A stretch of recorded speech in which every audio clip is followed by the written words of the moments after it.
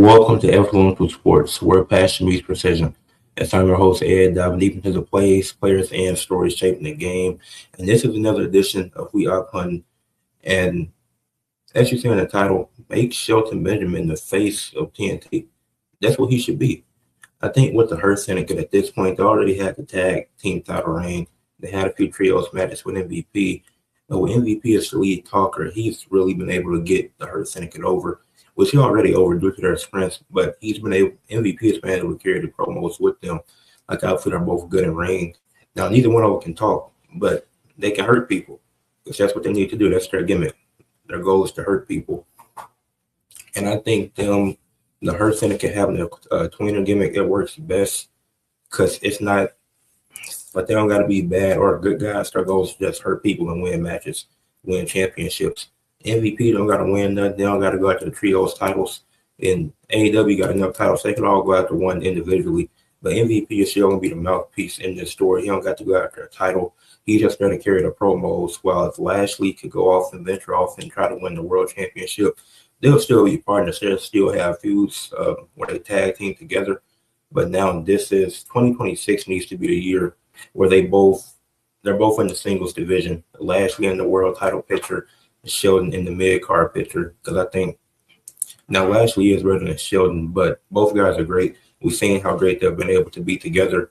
And then, like I said, both guys are powerful. They both have the strengths, but I think Lashley, I think he'd be better suited for the main event in AEW, especially if you got to choose between the two and decide who's going to be in the mid-card. And they could be Shelton Benjamin, but you could still make him the face of TNT by doing this. Like I said, have MVP and be the mouthpiece for both of them. You don't got to split them up. There's no need to. They can both let each other know that they want to win singles gold. Lashley goes after the world title. Sheldon goes after the TNT title that Mark Briscoe has. But the steps of how we're getting to there is, well, it's going to be a few things that's involved throughout this process because it's going to go from February to June. It's going to start in February, then it's going to conclude in June. The rivalry between them two is going to start in May, but between Shelton and Mark Briscoe. But it's going to be stuff they do leading up to that and how they get to that point. Then one of the significant things here is the way you make Shelton the face of TNT by not only have him be TNT champion, but giving him all the benefits of champion before he actually wins the championship. That's something that Briscoe doesn't have, which we'll get to later. But in the month of February, I will have Mark Briscoe and Kyle Fletcher conclude their feud. They're 3-3 against each other in AEW. So prove who is truly the best. Fight one final time for the TNT championship. They don't have to meet ever again. This could be their last match against each other. This could be Kyle Fletcher's last chance at the TNT title because I think Kyle Fletcher needs to be in the main event. So let Mark Briscoe win this match. Let him win the feud. Prove that he's the best at it at the moment. And Kyle Fletcher has to rebuild himself. Well, for Shelton Benjamin, I will have him feud with AR Fox, who AR Fox isn't over. So I would think people know he can wrestle, but what's AR Fox's gimmick? He should try to make his name off of Shelton Benjamin's back. Then Shelton Benjamin humbles him. AR Fox shouldn't have chose Shelton as his first target. So Shelton Benjamin is able to humble AR Fox. I'm sure they can have a good program. You can give AR Fox more of a character. And maybe they show respect at the end.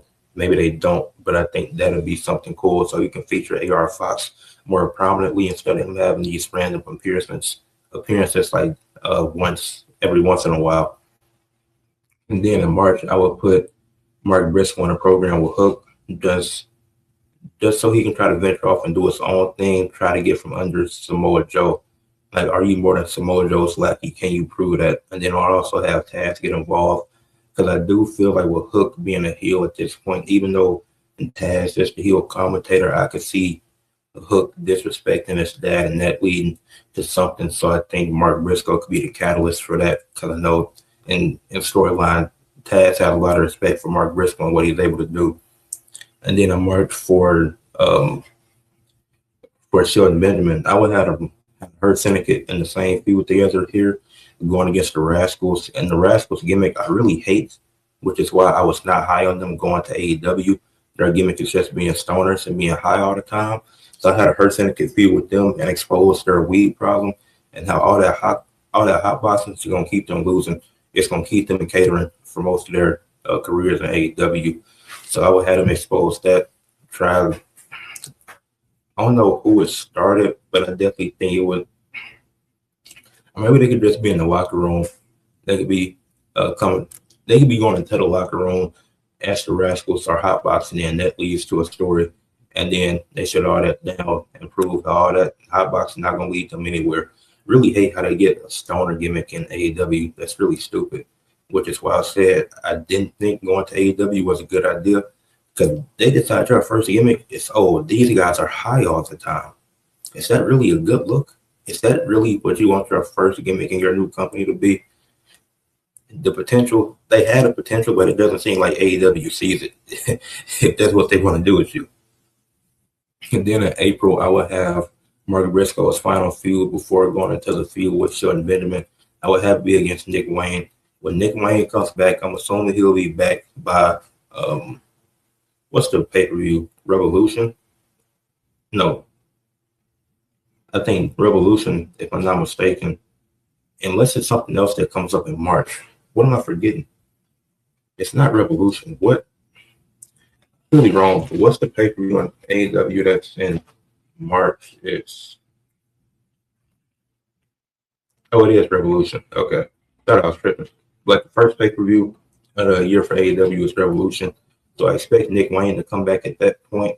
And Nick Wayne, I feel like he could come back with a vision. I just want to win a championship. I don't care what championship it is. But whoever I target, I'm going after that championship. And Mark Briscoe could be his first target.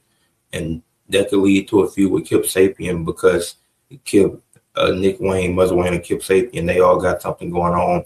Maybe even a triple threat match if Kip Sapien turns on him and he takes the pin in the triple threat, costs Nick Wayne a chance at the title.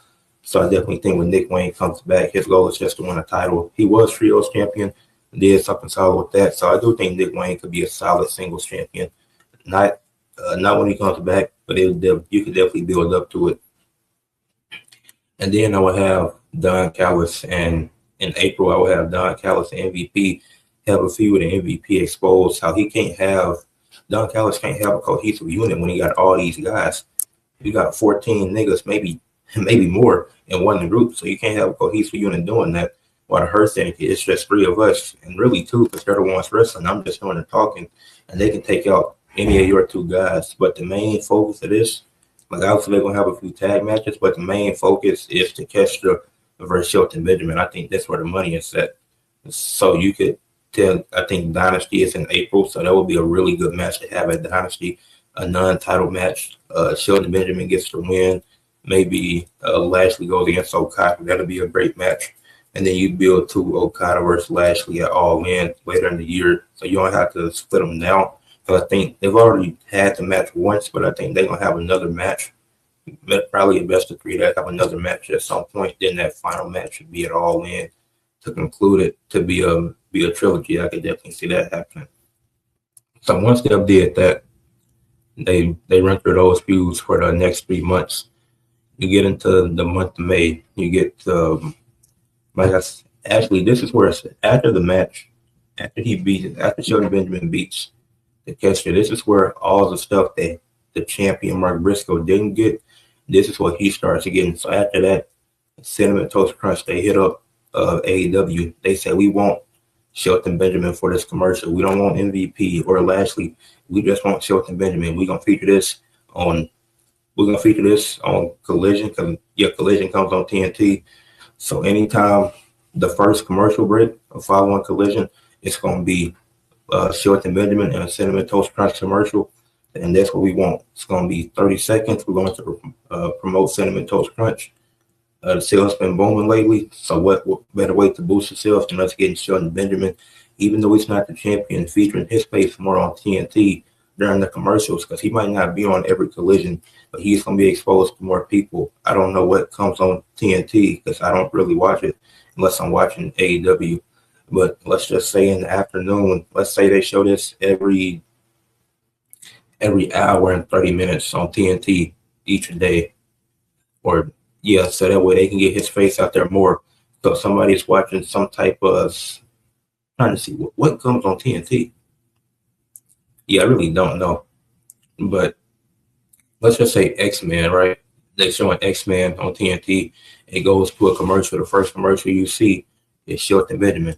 You see a dominant black guy dominate some cereal, just feasting on some Cinnamon Toast Crunch. That's how you build this name more. That's the first benefit of him getting everything that Mark Briscoe didn't have. So May 6th, this is where the feud with Shelton and Briscoe starts. Shelton Benjamin calls out Mark Briscoe, telling him that he wants a shot, saying that he is going to be the face of TNT and that he wants the TNT championship because he's already taken that step of being the face by getting the commercial. Mark Briscoe isn't featured in any commercials. They don't got it. They don't want a guy with messed up teeth in those commercials. So Shelton got the commercial even though Briscoe is the TNT champion. So then May 9th, Collision, he has Shelton Benjamin squash Max Caster. I do like Max Caster. But for the story, you got to get squashed, buddy. I'm sorry. It's just what it got to be. Unfortunate. I'll give you something in the future. I probably won't. But Max Caster, you got to get squashed. Then Briscoe, he'll be showing at the top of the ramp, impressed with what he just saw after Shelton Benjamin's victory. May 13th, Dynamite, I will have Mark Briscoe defeat Johnny TV just because Johnny TV don't have nothing to do. And you still got to have Briscoe looking strong. And AEW does allow their champions to wrestle on TV to build, obviously to build the story, not just build the stories, but so as they're less likely to get injured when the big match actually does take place, because the wrestlers can't just be wrestling all the time. Like they have to be in matches. Even if it's not directly against that person, they're still doing something. So I have Mark Briscoe defeat Johnny TV. Then I'll have Shelton Benjamin attack him post-match, leaving him laid out. He don't got to bleed yet. We'll say that for a different broad segment. But lay him out, hold up the TNT title, and let Briscoe know he's coming for that championship. And then you could do this on social media, but Briscoe and Orange Cassidy, they call out the Hurt Syndicate, saying they want a 2-on-2 match. Then on Collision, May 16th, I will have Briscoe and Orange Cassidy defeat the Hurt Syndicate due to some shady officiating. So the Hurt Syndicate lost, but they didn't lose clean. It was due to a shady referee who ends up getting fired by Tony Khan, which we'll get to. So May 20th, Dynamite, MVP demands justice due to that shady officiating. You get Tony Khan on screen. He comes out. He's like, you know what? I'm going to grant y'all wish. You get a 3-on-3 rematch this upcoming Collision, and I'm firing that referee due to his bias in the match towards the face team. So then May 23rd, Collision, you get the Hurt Syndicate, all 3 members defeating Mark Briscoe, Orange Cassidy, and Roderick Strong. The reason why I add him to the equation is because Roderick Strong is going to try to press. He calls out MVP on social media, and then MVP is like, I'll get in the ring one more time. So, and then they can run that, and then that way they'll be Shelton Benjamin and Briscoe are 1-on-1 against each other. May 27th, Dynamite, or before you get to May 27th, Dynamite, I will have Shelton. This is the second step of Shelton getting all the benefits of championship get. Obviously, he's from Minnesota, so I will have him go to some local schools in Minnesota and talk to the wrestling teams there and just install confidence in them. Now, obviously, he could just do this on his own. This don't got to be part of him getting benefits of being a champion. But this could be something like AEW had the choice of, they had 3 wrestlers to pick from to room. It was a pool of, let's just say it was a pool of 5 wrestlers, and only one could be chosen to go to these schools and publicly speak to them. And they choose Shelton Benjamin, but Mark Briscoe's name was in that pool of wrestlers as well. And he wasn't chosen. It was Shelton Benjamin to do this. So another thing that's going to lead into that match. Then May 27th, Dynamite, get a heated backstage segment. We get a heated backstage brawl. Tony Khan, then that's where Mark Briscoe can end up bleeding. Tony Khan announces their match for next week, as they have to be separated. Then you get the May 23rd Collision as not May 23rd, I already said that one. You get the May 30th Collision where you just had a final promo between the two. No fighting, just promo, one good promo between both of them. Let Shelton do a little bit of his own talking, just because he's still the one fighting at the end of the day. So you can have MVP do a few segments for him, but I think the start of this has to be Shelton cutting his own promo, and the end of it has to be him cutting his own promo And then him saying, and then he can end it with, they chose me to represent the company to talk to these schools in Minnesota. They chose me for the Cinnamon Toast Crunch commercial. He could show that. That could be, you could go off air showing a commercial. Now that's a bad idea because you're going to show a commercial. Not because I don't think they show a commercial going into the next show. So they could go off air showing that Cinnamon Toast Crunch commercial and how he was the one chosen for that opportunity. Then June 3rd, you get the match Shelton Benjamin versus Mark Briscoe, one-on-one. The story going into it, Shelton Benjamin, he's getting all the benefits that Briscoe should be getting as champion. Mark Briscoe hasn't, and won't get any of this in this storyline. So Shelton's getting all the benefits that you feel like Mark Briscoe should be getting as TNT champion. Because when you're TNT champion, you're the face of TNT. At least that's what you should be. At least you should be featured more heavily. So he'll be getting the TV shows, the commercials, being able to do the charity work. The TV show I'll get into because that's gonna come after he win the championship. Then they're both one-on-one versus each other. Obviously, it's gonna be in two separate tag matches, but they're gonna be one-on-one against each other. That way they can build some chemistry, but it also fits in the story. It's not a random 8-man all-star, 10-man all-star, nothing like that. Like it's actually building a story with them being in tag matches together. And Briscoe, he's a champion who he's willing to defend it against anybody, but he feel like Shelton Benjamin didn't do enough to earn this shot. But his hand was forced because of what Shelton did, because he called him out, because they went 1-on-1. Like I said, Mark Briscoe, he's an actual fighting champion. There's a difference between fighting champions in AEW and WWE. They're not afraid to defend the titles, but they will make you earn your shot at the title. And that's the type of fight champion that Briscoe is. He's not just going to hand out a shot easily. He's going to make you earn it, which Shelton's going to have to do. Going into the match, everybody's banned from ringside. MVP, he can't even be on commentary. So MVP and Lashley, they're at the furthest restaurant in the state, whatever that may be, on June 3rd, while the conglomeration, the people that back Mark Briscoe, they got to be in the furthest bar within the state, whatever state they may be in. That's so nobody can be in that. Nobody can be close to that arena on either side.